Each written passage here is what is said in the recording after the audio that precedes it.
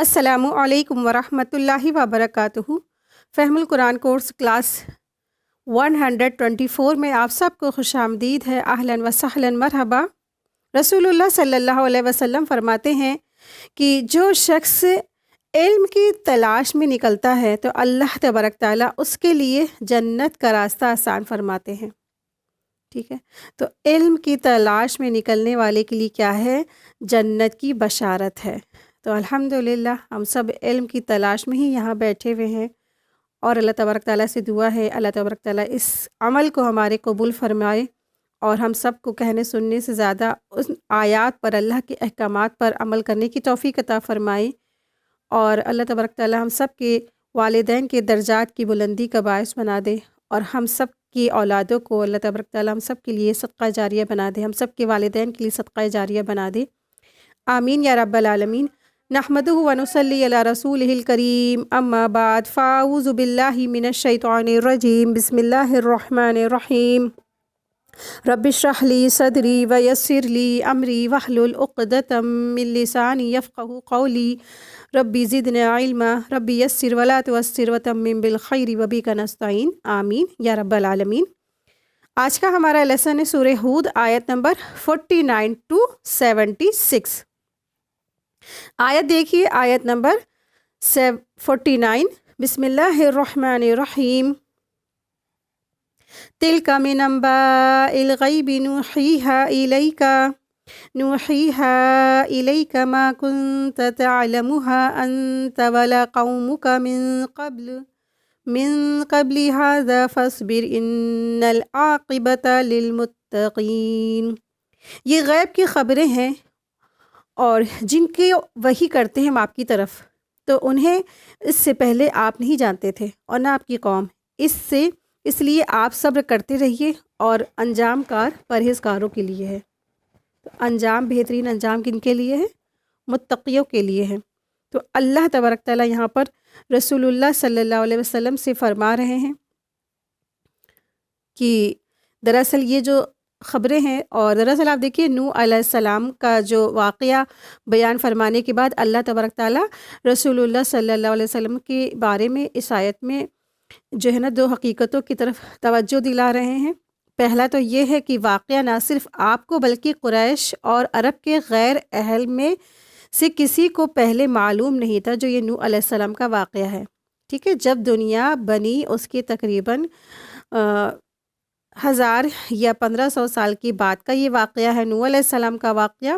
تو اتنا عرصہ پہلے کا یہ جو واقعہ تھا، نہ تو آپ صلی اللہ علیہ وسلم کو معلوم تھا، اور نہ ہی آپ صلی اللہ علیہ وسلم کے اہل یعنی عرب، نہ ہی قریش کے کسی کو بھی اتنے ڈیٹیل میں یہ واقعہ نہیں معلوم تھا۔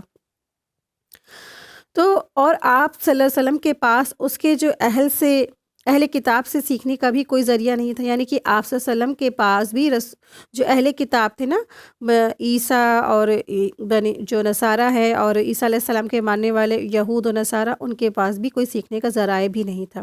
تو لہٰذا یہ بات واضح ہے کہ یہ واقعہ نبی صلی اللہ علیہ وسلم کو وحی کے ذریعے سے بتایا گیا، ان کو معلوم ہوا۔ اس سے آپ کی نبوت اور رسالت کی بھی دلیل ملتی ہے، ٹھیک ہے، کہ آپ ہی سچے رسول ہیں۔ اور پھر دوسرا، آپ صلی اللہ علیہ وسلم کو اپنی قوم کی طرف جس تکذیب اور اذیتوں کا سامنا کرنا پڑ رہا تھا نا، اس واقعے کے ذریعے سے آپ کو اول تو صبر سے کام لینے کی تلقین فرمائی گئی، اور دوسری یہ کہ تسلی دی گئی کہ جس طرح حضرت نوح علیہ السلام کو شروع میں سخت مشکلات پیش آئیں، مگر آخری انجام انہی کے حق میں ہوا، انبیاء کے حق میں ہوا نا، تو اسی طرح رسول اللہ صلی اللہ علیہ وسلم پر بھی کیا ہے، ان کی ہی جو ہے انجام انہی کے حق میں ہوگا، اور لوگ جو ہے رسول اللہ صلی اللہ علیہ وسلم اور جو اسلام ہے نا وہ لوگوں پر غالب آ جائیں گے۔ تو اس سے یہ پتہ چلتا ہے ان آیات سے۔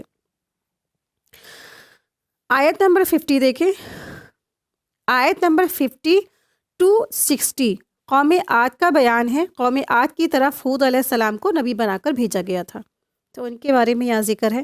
آیت دیکھیں، اور قوم عاد کی طرف ان کے بھائی کو ہود کو ہم نے بھیجا، اس نے کہا، اے میری قوم والو، اللہ ہی کی عبادت کرو، اس کے سوا تمہارا کوئی معبود نہیں ہے، تو تم صرف بہتان باندھتے رہو۔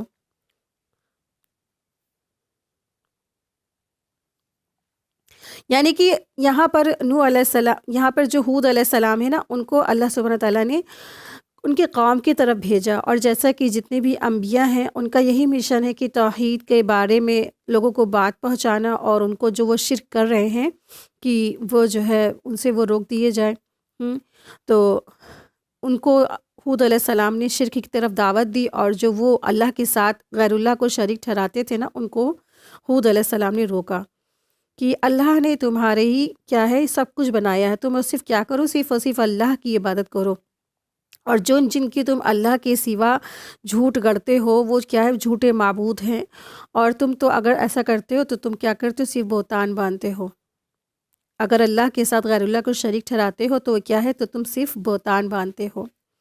آیت نمبر 51 دیکھیں، اے میری قوم، میں تم سے اس کی کوئی اجرت نہیں مانگتا ہوں، میرا اجر تو اللہ کے ذمے ہے جس نے مجھے پیدا کیا ہے، پھر بھی عقل سے کام کیوں نہیں لیتے ہو؟ ایک سوالیہ انداز ہے نا۔ اور آپ دیکھیں کہ جتنے بھی انبیاء آئے، جتنے بھی ان کی تعلیمات تھی، کیا تھی، ایک دم بالکل فری، کسی نے بھی کوئی چارجز نہیں لگائے۔ اور آپ اگر دیکھیں نظر اٹھا کر کے، آج جتنے بھی بڑے بڑے تعلیمی ادارے ہیں یا کچھ بھی ہے، تو وہاں پہ سب سے پہلا کیا رکھتے ہیں وہ لوگ، بڑی ہائی لیول کی جو ان کی جو فیسز ہوتی ہے نا۔ اور آپ دیکھیں کہ جو انبیاء کا جو مشن تھا وہ توحید پہنچانا ہے، اللہ کا پیغام پہنچانا ہے نا، وہ دنیا سے بیزار تھے، دنیا والوں کے لوگوں سے ان کو کچھ نہیں چاہیے ہوتا تھا۔ تو جب بھی آپ دیکھیں کہ جب بھی اللہ تعالیٰ آپ کو علم دے اور آپ اس فیلڈ میں آئیں، تو کبھی بھی ایسا مت کریں کہ اتنی زیادہ ہائیسٹ چارج رکھ دیں کہ لوگ علم سے دور ہو جائے، ہے نا۔ اس فیلڈ میں تو آنے کے لیے انسان اپنی آپ کو لگائے، یہ بہت بڑی بات ہے نا، کہ وہ مال کہاں سے لگائے گا۔ ہاں، جب انسان کے دل میں نا اللہ کی محبت اتر جائے گی، راسخ ہو جائے گی، وہ تو آٹومیٹکلی ہی اللہ تعالیٰ کے لیے اپنا ہر چیز قربان کرنے کو تیار ہو جائے گا نا۔ تو اس کو اس طرف لانے کے لیے کیا کرنا ہے کہ اتنی زیادہ ہائیسٹ جو ہے نا فیس نہیں رکھنی چاہیے، جو کورسز ہوتے ہیں، ٹھیک ہے۔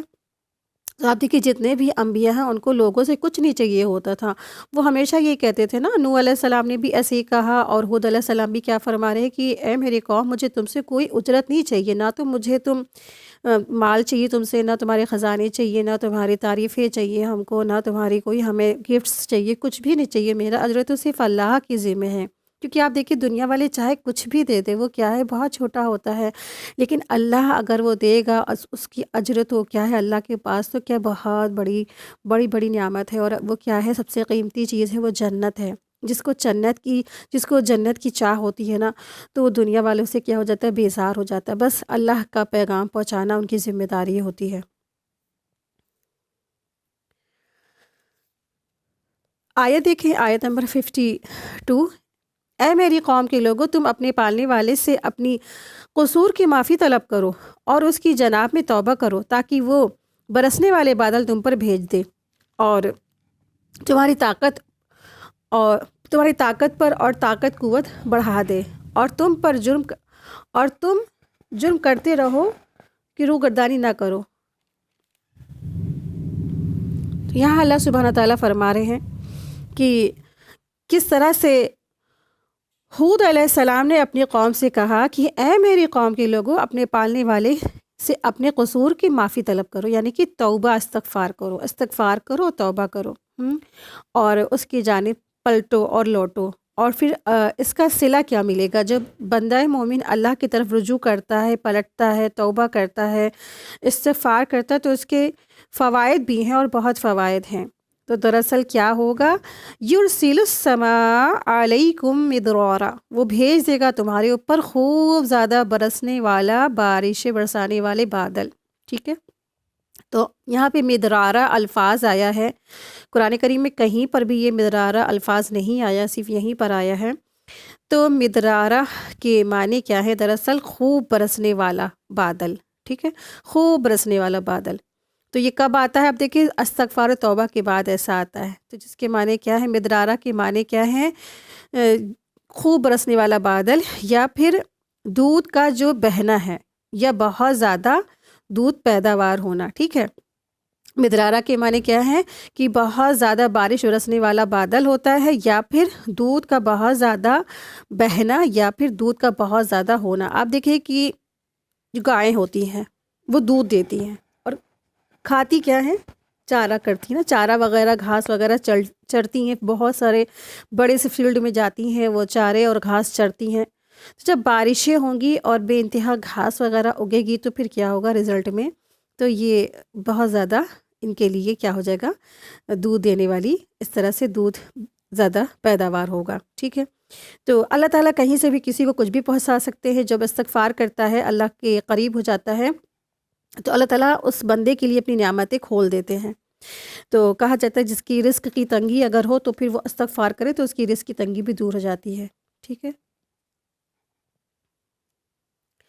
اور آپ دیکھیں کہ حضرت ہود علیہ السلام نے توبہ اور استغفار کی تلقین فرمائی اپنی قوم کو، اور اس کے وہ فوائد بھی بیان ہوئے ہیں جو توبہ استغفار کرنے والی قوم کو حاصل ہوتے ہیں۔ پھر اسی طرح سے نبی کریم صلی اللہ علیہ وسلم کا بھی فرمان ہے کہ ابو داؤد میں ہے اس کی حدیث کہ جو پابندی سے استغفار کرتا ہے تو اللہ تعالیٰ اس کے لیے ہر فکر سے کشادگی اور ہر تنگی سے راستہ بنا دیتا ہے، اور اس کو ایسی جگہ سے روزی دیتا ہے جو اس کے وہم اور گمان میں بھی نہیں ہوتا ہے، ٹھیک ہے۔ اللہ تعالیٰ ایسے شخص کو روزی ایسی جگہ سے دیتا ہے کہ اس کے لیے وہم اور گمان بھی نہیں ہوتا، ایسی جگہ سے اس کے لیے رزق کھول دیا جاتا ہے۔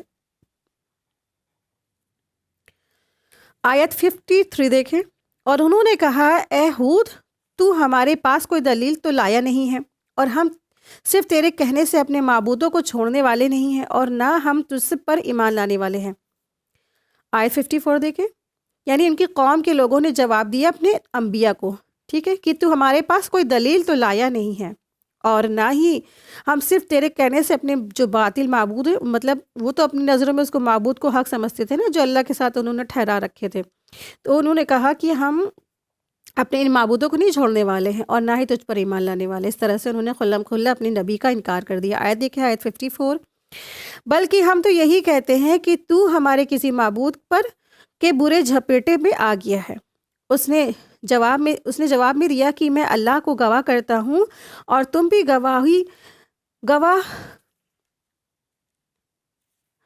گواہ رہو کہ میں تو اللہ کے سوا ان سب سے بیزار ہوں جنہیں تم شریک بنا رہے ہو۔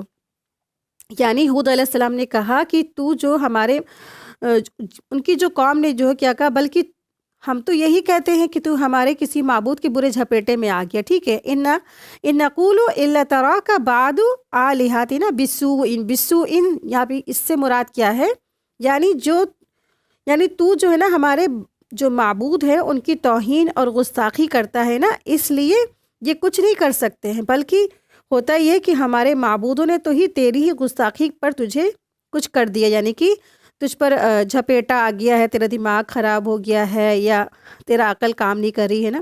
اسی طریقے سے ان کے قوم کے لوگوں نے کہا، جب انبیاء اپنی قوم کو دعوت دے رہے ہیں تو ان کی قوم کا جواب دیکھیے کیا ہوا کہ بلکہ تمہیں کیا ہو گیا، تمہیں مطلب برائی لگ گئی ہے، تم جھپیٹے میں آ گئے ہو، تمہیں ہمارے معبودوں نے ایسا کر دیا کہ تمہارا دماغ ہی نہیں کام کر رہا ہے۔ جیسے آج کل آپ دیکھیں گے کہ اگر جو مسلمان ہیں، کچھ مسلمان اگر آپ بھی آج دیکھیں گے کہ بہت سارے مسلمان ہیں اور اسی میں ملوث ہے، شرک میں، بدعات میں، تو اور پھر وہ اس کے شکار ہیں، تو جب انہیں کہا جاتا ہے کہ یہ فوت شدہ لوگ اور بزرگ کچھ بھی نہیں کر سکتے ہیں، یہ تو پھر وہ کیا کہتے ہیں جواب میں؟ کہتے ہیں نا تم ان کی شان میں گستاخی کر رہے ہو۔ ارے آپ نے تو ان کی شان میں گستاخی کر دی، ایسا مت کہو، ورنہ تمہیں کیا کریں گے، وہ تمہارا بیڑا ہی غرق کر دیں گے اور تمہاری زندگی میں بڑا خطرہ منڈرائے گا۔ اس طریقے سے مسلمان بھی اس طریقے سے کسی حق پہنچانے والے کو اس طرح سے وہ بھی کہتے ہیں نا، ٹھیک اسی طریقے سے۔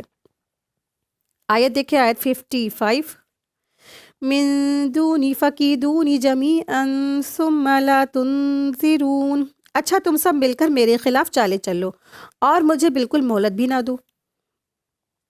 تو اگر میری طرف بات مطلب کہ انہوں نے جواب دیا ہود علیہ السلام نے کہ اور اگر تمہیں میری بات پر یقین نہیں ہے نا، بلکہ تم اپنے اس دعوے میں سچے ہو تو یہ بت کچھ بھی کر سکتے ہیں، تو لو میں حاضر ہوں، تم اور تمہارے معبود سب مل کر میرے خلاف کچھ بھی کر کے دکھاؤ۔ مزید اس سے نبی کے ڈراوے کا پتہ چلتا ہے کہ کس طرح سے وہ لوگوں کو خبردار کرنے والے تھے نا، انذار کرنے والے تھے، ڈرانے والے تھے، کہ کس قدر بصیرت ہوتا ہے ان کے اندر، اور اس سے اپنے حق پر ہونے کا یقین بھی ہوتا ہے۔ جو انبیاء ہوتے ہیں وہ پورا یقین کے ساتھ اللہ کی تبلیغ کا کام کرتے ہیں، کیونکہ انہیں عین الیقین دے کے بھیجا جاتا ہے، ٹھیک ہے، اور پھر وہ حق الیقین کو پیش کر رہے ہوتے ہیں یقین کے ساتھ۔ آیت دیکھیے، آیت 56، میرا بھروسہ صرف اللہ تعالیٰ ہی پر ہے جو میرا اور تم سب کا پروردگار ہے۔ جتنے بھی زمین پر چلنے والے جاندار ہیں سب کی پیشانی وہی تھامے ہوئے ہے، یقیناً میرا رب بالکل صحیح راہ پر ہے۔ تو سارے جتنے بھی جاندار ہیں سب کی پیشانی اللہ کے ہاتھوں میں ہے، ٹھیک ہے۔ تو اللہ ہوا آخذم بناصیتہا، کہ سارے کے سارے لوگوں کی پیشانی کس کے ہاتھ میں ہے؟ اللہ کے ہاتھوں میں ہے۔ نصیحہ آخذم بناصیتہا، پھر اب دیکھیں سیاتہا، ناصیتہ کی معنی کیا ہے؟ پیشانی کے بالوں کو کہتے ہیں۔ اور آپ دیکھیں کہ اگر کوئی، آپ دیکھیں مثال کے طور پر کوئی بھی شخص ہے نا، کسی کی پیشانی کے بالوں کو، مطلب کہ سامنے کے پیشانی کے جو فرنٹ کے بال ہوتے پکڑ لیتا ہے تو کتنا انسان وہ ہو جاتا ہے نا کہ ہل ڈل بھی نہیں سکتا اگر زور سے پکڑ لے۔ تو اللہ تبارک تعالیٰ سارے کے سارے جاندار ہیں، سب کی پیشانی کو پکڑے ہوئے ہیں۔ تو اس سے مراد یہ ہے کہ اللہ تعالیٰ کا سب کے اوپر کنٹرول ہے، ٹھیک ہے، اللہ کی مرضی کے بغیر کوئی ہل بھی نہیں سکتا ہے۔ ہاں، لوگوں کو ارادے اور اختیار کی آزادی دے دی گئی ہے کہ وہ جو کریں گے ان کو وہاں آج ملے گا، ٹھیک ہے، ان لوگوں کی چوائس پہ لوگوں کو چھوڑ دیا گیا ہے، لیکن حق اور باطل راستے بتا دیے گئے، پھر ان کو ان کی چوائس پہ چھوڑ دیا گیا ہے۔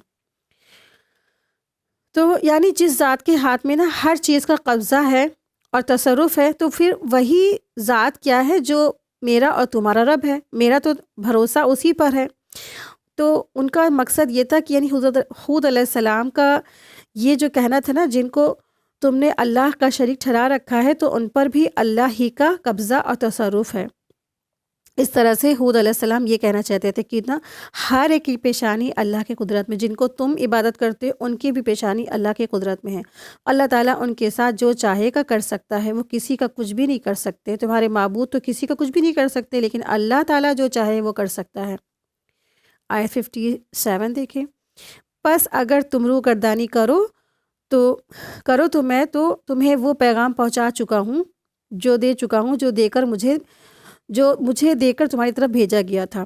میرا رب تمہارے قائم مقام اور لوگوں کو کر دے گا کہ اور تم اس کا کچھ بھی بگاڑ نہیں سکو گے۔ یقیناً میرا پروردگار ہر چیز کا نگہبان ہے۔ آیت 58، اور جب ہمارا حکم آ پہنچا تو ہم نے ہود کو اور اس کے مسلمان ساتھیوں کو اپنی خاص رحمت سے نجات عطا فرمائی، اور ہم نے ان سب کو سخت عذاب سے بچا لیا۔ تو سخت عذاب سے مراد کیا ہے؟ وہی الرہی اور العقیم، یعنی تیز آندھی کا عذاب ہے، یعنی جو مسلسل 7 راتیں 8 دن مسلسل یہ ہوائیں چلی جو ڈیپ فریزر کر دینے والی تھی، جس کے ذریعے سے حضرت حود علیہ السلام کی جو قوم عاد کو اس کو ہلاک کر دیا گیا، جس سے حضرت حود علیہ السلام اور ایمان والوں کو بچا بھی لیا گیا تھا، ٹھیک ہے۔ تو یہ فریز کر دینے والی آندھی، جیسے آپ نے دیکھا ہوگا ٹورنیڈو ٹائپ کی جو چلتی ہے، گول گول گول گول راؤنڈ راؤنڈ، تو اس طریقے کی فریز کر دینے والی آندھی چلی ان کے اوپر، اور یہ ایسے گرے پڑے ہوئے تھے جیسے کھجور کے کٹے ہوئے تنے پڑے ہوتے ہیں، ٹھیک ہے۔ ان کے اوپر ایسا اللہ تبارک تعالیٰ نے عذاب بھیجا، اور ان کے اوپر کئی ایک عذاب جو تھے ایک ساتھ آئے تھے، جمع کر کے آئے تھے اکٹھے۔ ان کے اوپر قحط سالی بھی تھی، ان کے اوپر قحط آیا، سوکھا آیا، یعنی سوکھے کے بھی انہوں نے جھیلا۔ پھر ایک بادل، یعنی یہ سمجھے کہ یہ بادل ہماری طرف آ رہا ہے، اور پھر ان کے اوپر ہوائیں چلی، پھر ان کے اوپر بہت زوردار ہوائیں چلی جیسے ٹورنیڈو ٹائپ کی، ٹھیک ہے۔ اور پھر ان کے اوپر مسلسل 7 راتیں 8 دن مسلسل ہوائیں چلتی رہیں، اور یہ ایسے گرے پڑے تھے جیسے کھجور کے تنے پڑے ہوتے ہیں، زمین سے اکھڑ کے نیچے گرے پڑے ہوئے ہوتے ہیں، اس طریقے سے۔ تو اس طرح سے یہ قوم ایسے ہلاک کر دی گئی۔ تو یہی ہوتا ہے کہ جب بھی قومیں یا لوگ یا جتنے بھی دنیا میں آئے ہیں اب تک کی، جب بھی اللہ کی نافرمانی ہوتی ہے اور جب بھی انبیاء کی نافرمانی ہوتی ہے تو ان پر اسی طرح سے عذاب مسلط کر دیے جاتے ہیں۔ تو جب آپ دیکھیں کہ لوگ پریشان ہیں ایک پورا انفرادی طور پر، ہے نا، تو سارے کے سارے لوگ کیوں پریشان ہیں؟ کیونکہ ان کے اوپر کہیں نہ کہیں عذاب جو ہے نا آ رہا ہے، اس لیے۔ تو تو عذاب کی قسمیں ہوتی ہیں عذاب کی، ایسے اب آج کل جو ہے اس طریقے کے عذاب نہیں آتے. آج ہم لوگوں کے اوپر کس طریقے کے عذاب آتے ہیں؟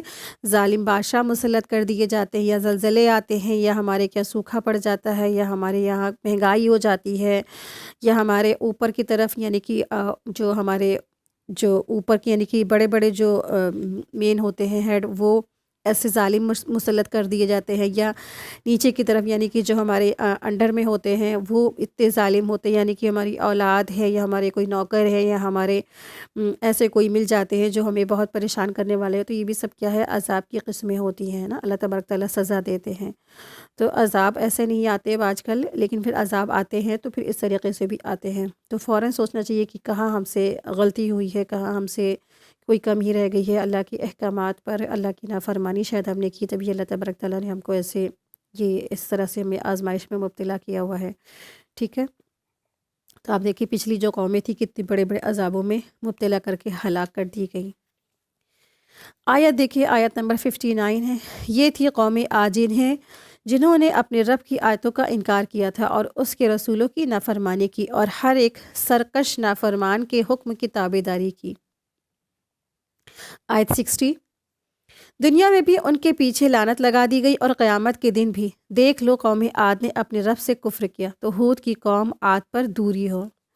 تو یہاں پہ جو الفاظ آئی ہے بعدن لعادن قومی ہود، بعدن یعنی کہ یہ جو بودن کا جو یہ لفظ ہے رحمت سے دوری ہے، اور لعنت اور ہلاکت کے معنی کے لیے آتا ہے. ٹھیک ہے، بودن کس کے لیے آتا ہے؟ اللہ کی رحمت سے دوری کے لیے آتا ہے. اور لعنت بھی کس کے لیے آتا ہے؟ ہلاکت کے معنی میں ہوتا ہے. یہ بھی کیا ہے؟ لعنت، اللہ کی رحمت سے دوری. دونوں ہی چیز ایک ساتھ آئی ہیں. آپ دیکھیں کتنی زبردست ہے نا. دنیا میں بھی آج ان کو یاد کیا جا رہا ہے تو کیسی برائی کے ساتھ ان کو یاد کیا جا رہا ہے نا. اور دنیا میں بھی، اور یہ ذلیل خوار ہوئیں، اور آخرت میں کیا ہوگا؟ ان کا ٹھکانہ جہنم ہونے والا ہے. آیت 61 دیکھیں، اور قوم سمود کی طرف ان کے بھائی صالح کو بھیجا. اس نے کہا اے میری قوم، تم اللہ کی عبادت کرو، اس کے سوا تمہارا کوئی معبود نہیں ہے. اس نے تمہیں زمین سے پیدا کیا ہے اور اس نے اس زمین میں تمہیں بسایا ہے. پس تم اپنے اس سے معافی طلب کرو اور اسی کی طرف رجوع کرو. بے شک میرا رب قریب اور دعاؤں کا قبول کرنے والا ہے. آیت نمبر 62 to 68 تک قوم سمود کا بیان ہے. قوم سمود کی طرف صالح علیہ السلام کو نبی بنا کر بھیجا گیا تھا. انہوں نے بھی اپنی قوم کو توحید کی طرف بلایا، لوگوں کو یہ جو ہے نا اچھائی کی طرف بلایا. اور ہم لوگ پہلے بھی ان جو قوموں کے بارے میں پڑھ بھی چکے ہیں ڈیٹیل میں، سورہ اعراف میں ہے نا. تو مختصر سبق دیکھتے ہیں. اور انہوں نے بھی اپنی قوم کو اللہ کی طرف جو پیغام تھا وہ پہنچایا، اور جو شرک کر رہی تھی ان کو ان سے الرٹ کیا، اور کہا کہ صرف اللہ کی عبادت کرو، اور جو کیا ہے میرا اور تمہارا رب ہے، اور تم اپنے کیے پر کیا کرو؟ استغفار کرو، پلٹ آؤ، لوٹ آؤ. اور کیا ہے؟ ان ربی قریب مجیب، کیونکہ بے شک ہمارا جو رب ہے وہ کیا ہے؟ دعاؤں کا قبول کرنے والا ہے. ان ربی قریب مجیب. ٹھیک ہے، تو اللہ تعالیٰ کیا ہے کہ میرا رب کیسا ہے؟ دعاؤں کا قبول کرنے والا ہے. تو کبھی بھی اللہ کی رحمت سے نا امید نہیں ہونا چاہیے. تو اس آیت کی جو تفسیر ہے سورہ بقرہ کی آیت نمبر 86 میں ہوتی ہے کہ اللہ سبحانہ تعالیٰ وہاں فرماتے ہیں وَإِذَا سَأَلَكَ عِبَادِي عَنِّي فَإِنِّي قَرِيبٌ أُجِيبُ دَعْوَةَ الدَّاعِ إِذَا دَعَانِ.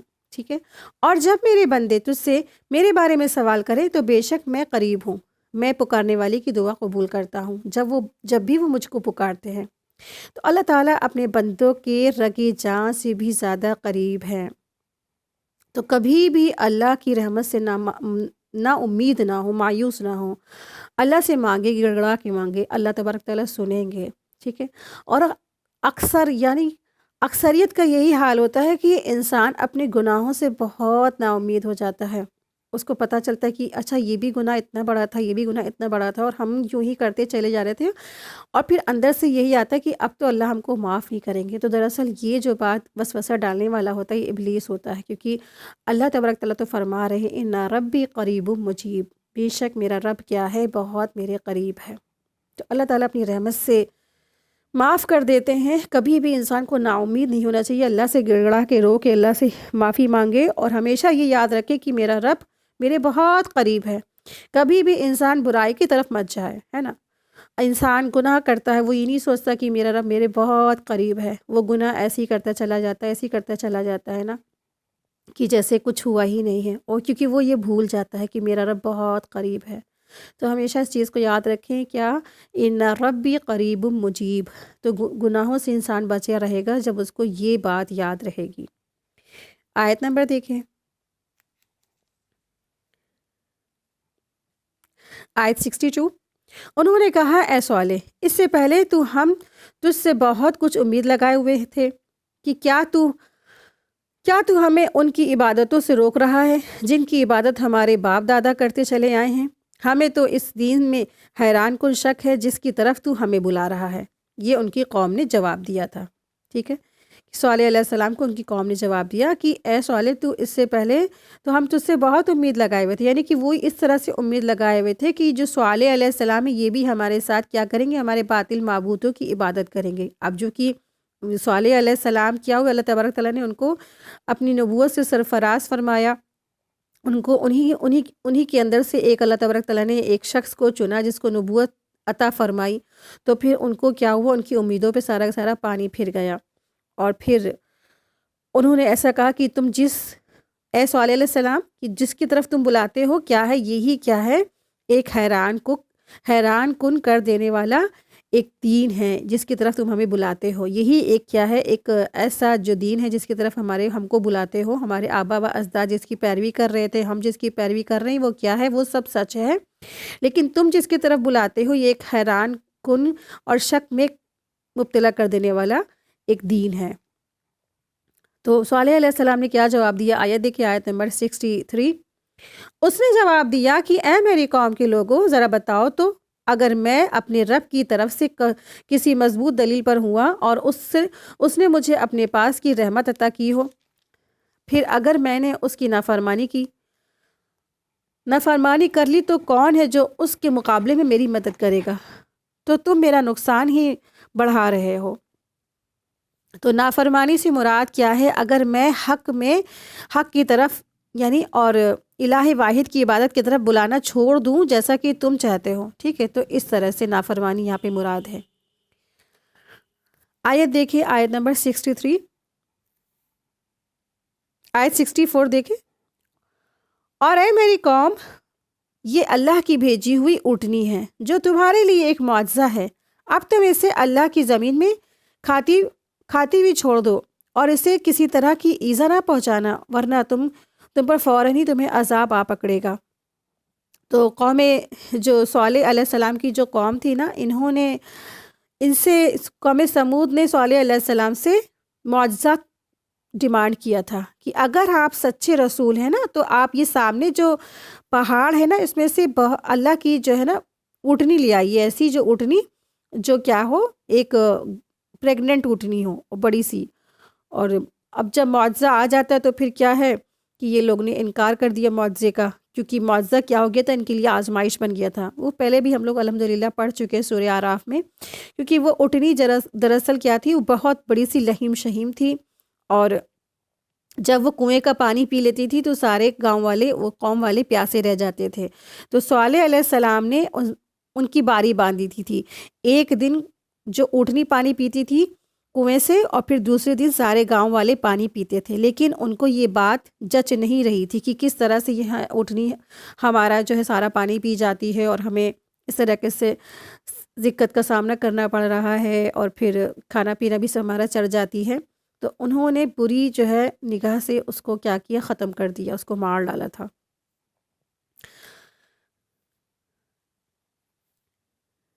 تو یہ وہی اونٹنی ہے جو اللہ تعالیٰ نے ان کے کہنے پر ان کی آنکھوں کے سامنے ایک پہاڑ سے، ایک چٹان سے جو ہے نا نازل فرمائی تھی، کیونکہ انہوں نے ڈیمانڈ کیا تھا، اس لیے اسے ناقۃ اللہ کہا جاتا ہے، اللہ کی اونٹنی کہا جاتا ہے۔ کیا کہا جاتا ہے؟ اللہ کی اونٹنی، ٹھیک ہے، ناقۃ اللہ کہا جاتا ہے، کیونکہ یہ خالص اللہ کے حکم سے معجزانہ طور پر وہاں سے ظاہر ہوئی تھی، پہاڑ میں سے ظاہر ہو گئی تھی، ٹھیک ہے، نہ تو وہاں پہ کوئی جھنڈ تھا، نہ کوئی وہاں پہ اونٹ تھا۔ آپ دیکھیں کہ پہاڑ پھٹا اور اونٹنی ظاہر ہو گئی، تو یہ کیا تھا؟ ایک معجزہ تھا۔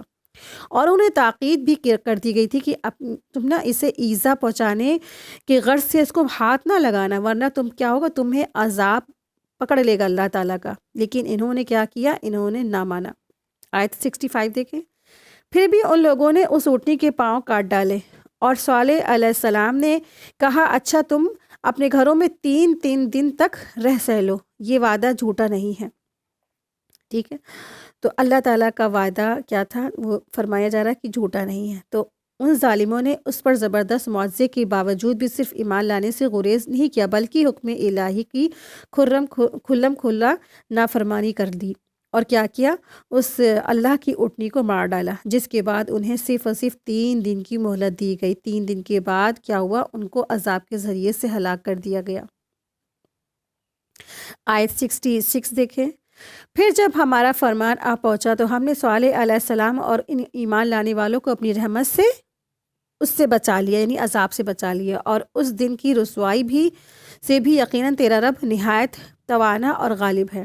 یعنی اس سے مراد کیا ہے، وہ کون سا عذاب ہے، اور اس سے مراد وہی عذاب ہے جو وعدے کے مطابق چوتھے دن، یعنی حضرت صالح علیہ السلام اور ان پر جو ایمان لانے والے ہیں نا، ان کو بچا لیا گیا، باقی سب کو ہلاک کر دیا گیا۔ آیت 67، اور ظالموں کو بڑے زور کی چنگھاڑ نے آ دبوچا، پھر تو وہ اپنے گھروں میں اوندھے پڑے رہ گئے۔ تو ان ظالموں کو بڑی زور کی چنگھاڑ نے آ دبوچا۔ وَآخَذَ الَّذِينَ ظَلَمُوا الصَّيْحَةُ فَأَصْبَحُوا فِي دِيَارِهِمْ جَاثِمِينَ۔ تو ظلموا الصَّيْحَةُ سے مراد کیا ہے کہ یہ عذاب جو صیحۃ یعنی کیا ہے کہ یہ جو چیخ ہے، زور کی کڑک، ٹھیک ہے، کی صورت میں ظاہر ہوئی، بہت زوردار چیخ جو ہے وہ ظاہر ہوئی۔ آپ دیکھیں کہ کوئی آس پاس بیٹھا ہوتا ہے اور اچانک سے کوئی چیخ دیتا ہے، آپ کو نہیں پتہ ہوتا ہے نا، اچانک سے کوئی چیختا ہے نا تو کیسا دل دہل جاتا ہے نا۔ اور آپ سوچیے اچانک سے ایسی زبردست چیخ کی کیا ہوئی، یہ پوری قوم ہلاک کر دی گئی، تو ہارٹ فیل ہو جاتے ہیں نا، کہ انسان کا دل سہم جاتا ہے، گھبرا اٹھتا ہے۔ اور یہ قوم کیا ہوئی، ان کے اور یہ اتنی زبردست ان کے اوپر چیخ کا عذاب آیا، سوچے کہ، اور بہت سارے مفسرین کہتے ہیں کہ یہ جو چیخ تھی حضرت جبریل علیہ السلام نے اتنی زور سے چیخا، اور کچھ مفسرین کہتے ہیں کہ آسمان سے یہ آواز ایسی آئی جس سے ان کے دل کیا ہو گئے، پارا پارا ہو گئے، ریزہ ریزہ ہو گئے، اور ان کی موت واقع ہو گئی۔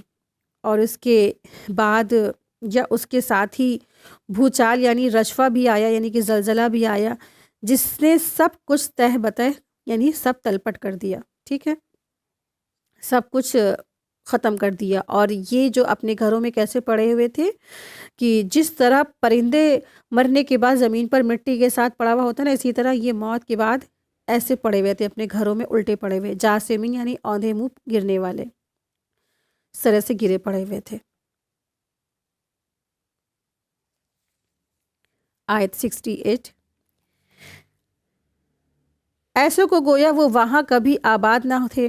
آگاہ رہو کہ قوم سمود نے اپنے رب سے کفر کیا، سن لو ان سمودیوں پر پھٹکار ہے۔ تو یہاں پر بھی ان قوم کے لیے اللہ تبارک تعالیٰ نے بعدل لفظ استعمال کیا ہے، علی بعدل لسمود، کہ بعدل یعنی کہ وہی ہے کہ ان کے لیے اللہ تعالیٰ کی رحمت سے دوری ہو، ٹھیک ہے۔ آیت نمبر 69 دیکھیے، آیت نمبر 69 to 76 تک ابراہیم علیہ السلام کا ذکر ہے، ٹھیک ہے، اور آیت نمبر 69 to 73 تک ابراہیم علیہ السلام کو اسحاق علیہ السلام کی پیدائش کی بشارت دی گئی ہے۔ آیت نمبر دیکھیے، آیت نمبر 69، اور ہمارے بھیجے ہوئے پیغمبر ابراہیم کے پاس خوشخبری لے کر پہنچے اور سلام کہا، تو انہوں نے بھی جواب میں سلام دیا، اور بغیر کسی تاخیر کے گائے کا بھنا ہوا بچڑا لے آئے۔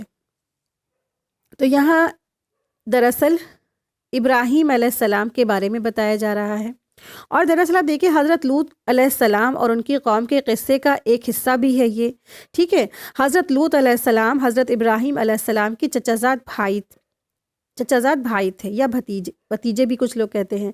تو حضرت لوط علیہ السلام کی بستی دراصل ڈیڈ سی کے جنوب میں موجود تھی، جبکہ حضرت ابراہیم علیہ السلام فلسطین میں رہتے تھے۔ جب حضرت لوط علیہ السلام کی قوم کو ہلاک کرنے کا فیصلہ کیا گیا نا، تو ان کی طرف فرشتے بھیجے گئے۔ یہ فرشتے قوم لوط علیہ السلام کی طرف جاتے ہوئے راستے میں حضرت ابراہیم علیہ السلام کے پاس کچھ وقت کے لیے ٹھہرے اور انہیں بیٹے کی بشارت کی خوشخبری سنائی، ٹھیک ہے، بیٹے کی پیدائش یعنی اسحاق علیہ السلام کی پیدائش کی خوشخبری دی۔ تو انہوں نے جو سلام جواب کیا، یہ جو یہاں پہ ہو رہا ہے، یہ انہوں نے ہمارے بھیجے ہوئے پیغمبروں نے، تو اس سے مراد یہاں پر کیا ہے؟ فرشتے ہیں، ٹھیک ہے۔ تو ہمارے بھیجے ہوئے پیغمبروں نے ابراہیم کے پاس خوشخبری لے کر پہنچے اور کہا سلام، ٹھیک ہے۔ تو یہ اس سے کون مراد ہے؟ یہاں پر فرشتے ہیں۔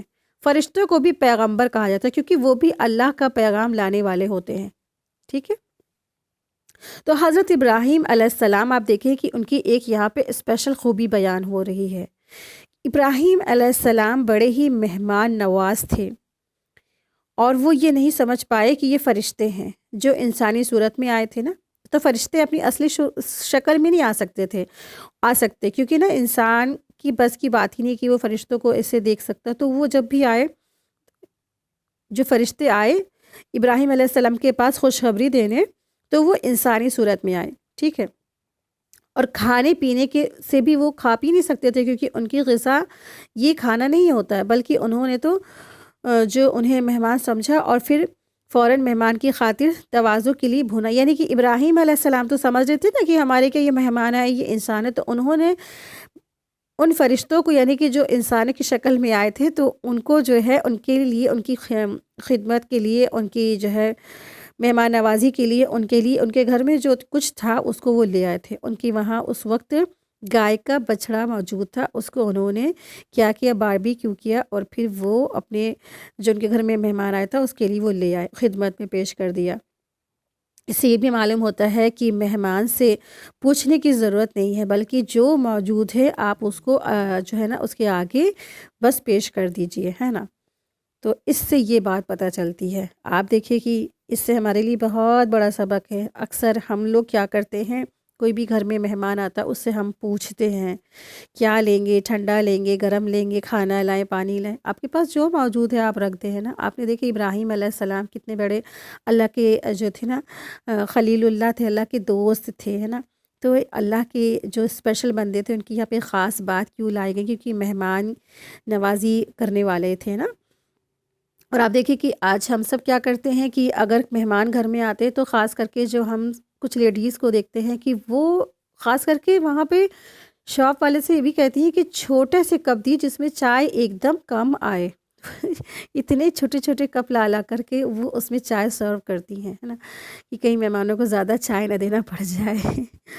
تو تمام طرح سے انسان جو ہے نا مہمانوں سے سلوک کرتے ہیں۔ تو آپ دیکھیں کہ ہمیں اسلام کیا سکھاتا ہے کہ مہمان نوازی، ہاں اتنا بھی زیادہ نہ کرے انسان کی اپنے آپ کو ہی ہلاکت میں ڈال دے، نہیں، آپ کے پاس جو موجود ہے آپ وہ لا کے سرو کر دیجئے، ٹھیک ہے۔ کہ بہترین مہمان نوازی کرنے والے تھے ابراہیم علیہ السلام۔ یہاں پہ ان کی صفات بتائی گئی ہے۔ آیت نمبر دیکھیے، آیت نمبر 70۔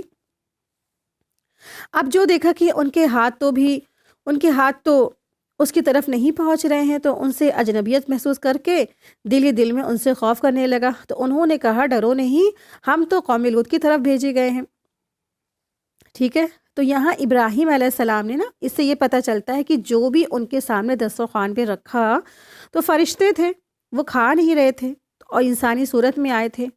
تو وہ دراصل کیا ہوئے، ابراہیم علیہ السلام نے جب دیکھا کہ ان جو مہمان آئے ہیں ان کے کھانے کی طرف ہاتھ بڑھ ہی نہیں رہے ہیں تو انہیں خوف محسوس ہوا، ڈر محسوس ہوا۔ کہتے ہیں کہ ان کے یہاں یہ چیز مطلب کہ موجود تھی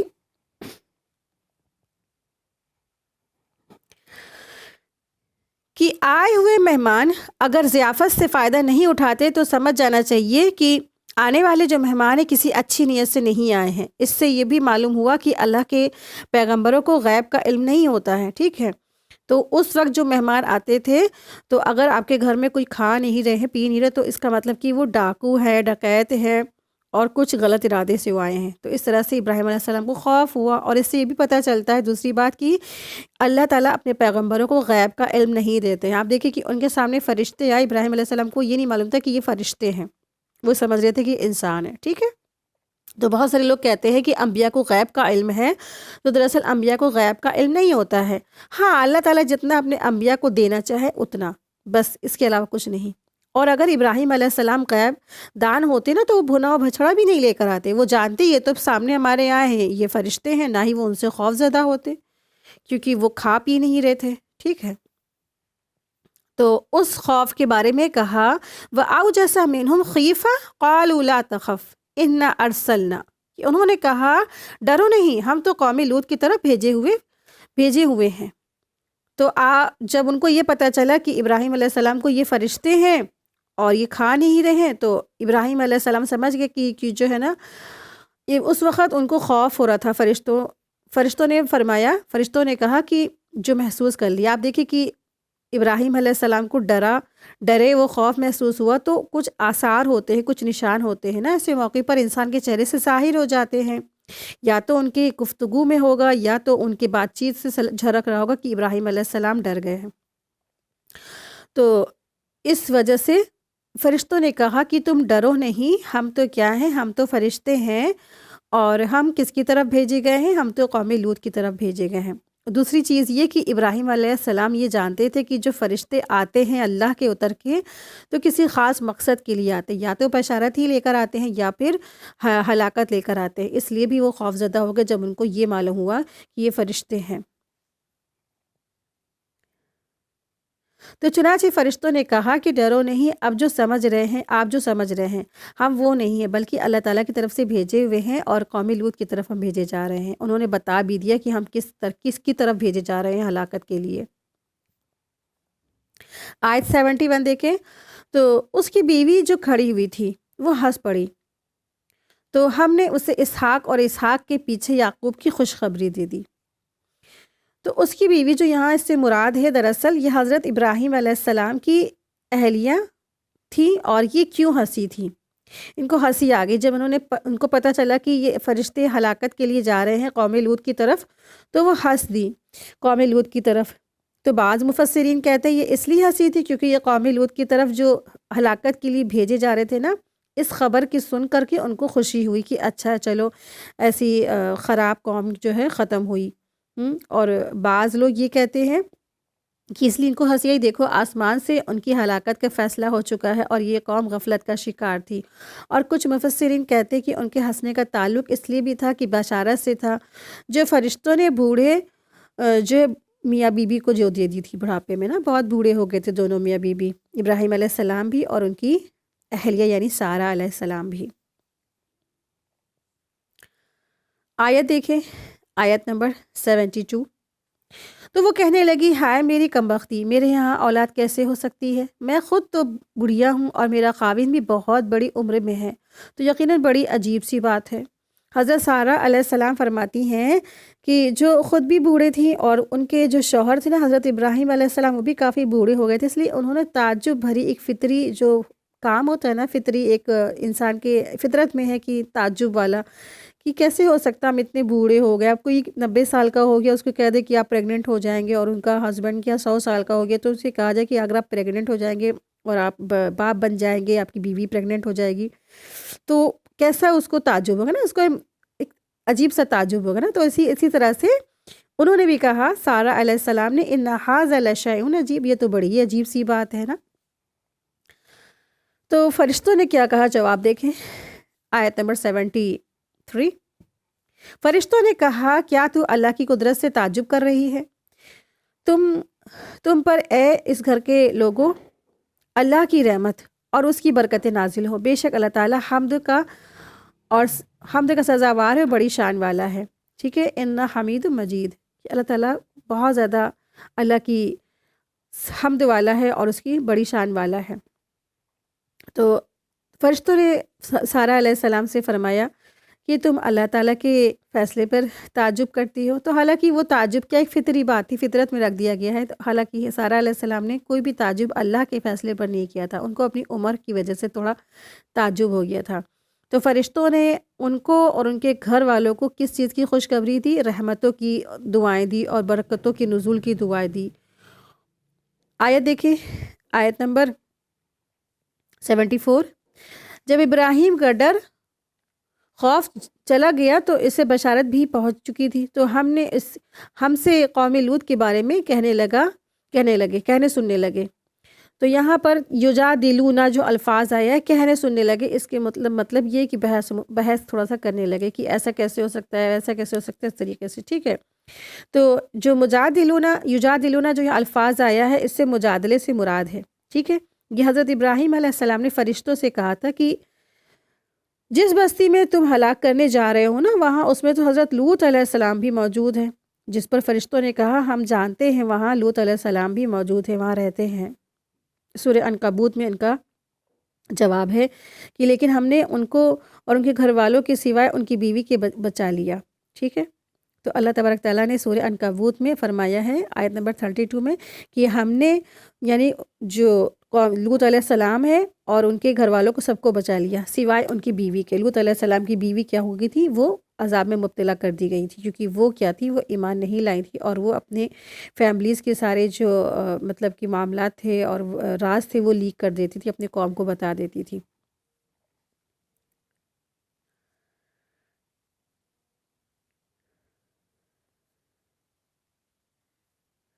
آیت دیکھیں، آیت نمبر 75۔ یقیناً ابراہیم بہت تحمل والے، نرم دل اور اللہ کی جانب جھکنے والے تھے۔ یہ ابراہیم علیہ السلام کی صفات ہے۔ لحلیم اواہم مبین، اواہم منیب، بہت اہم وزاری، نرم دل اور اللہ کی طرف جھکنے والے تھے۔